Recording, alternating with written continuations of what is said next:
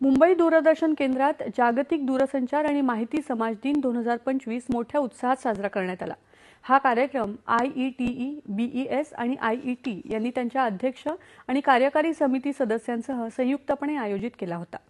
Digital परिवर्तनात लिंग समानता ही या कार्यक्रमाची मध्यवर्ती संकल्पना मान्यवरांच्या अभ्यासपूर्ण भाषणांद्वारे उलगडण्यात आली। जिओ प्लॅटफॉर्म लिमिटेडच्या श्वेता महिंद्रा यांनी मुख्य भाषण केलं। या कार्यक्रमात आकाशवाणी आणि दूरदर्शनचे प्रसारण परिचालनाचे अतिरिक्त महासंचालक आर कृष्णदास सन्माननीय पाहुणे म्हणून उपस्थित होते। श्वेता महिंद्रा यांनी डिजिटल परिवर्तनाच्या युगात लिंग समानतेचे विविध पैलू अधोरेखित केले।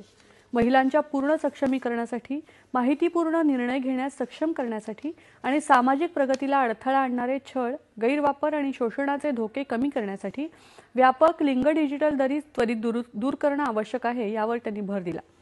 BES मुंबईच्या अध्यक्षा क्षिप्रा मनस्विता यांनी स्वागतपर भाषण केलं।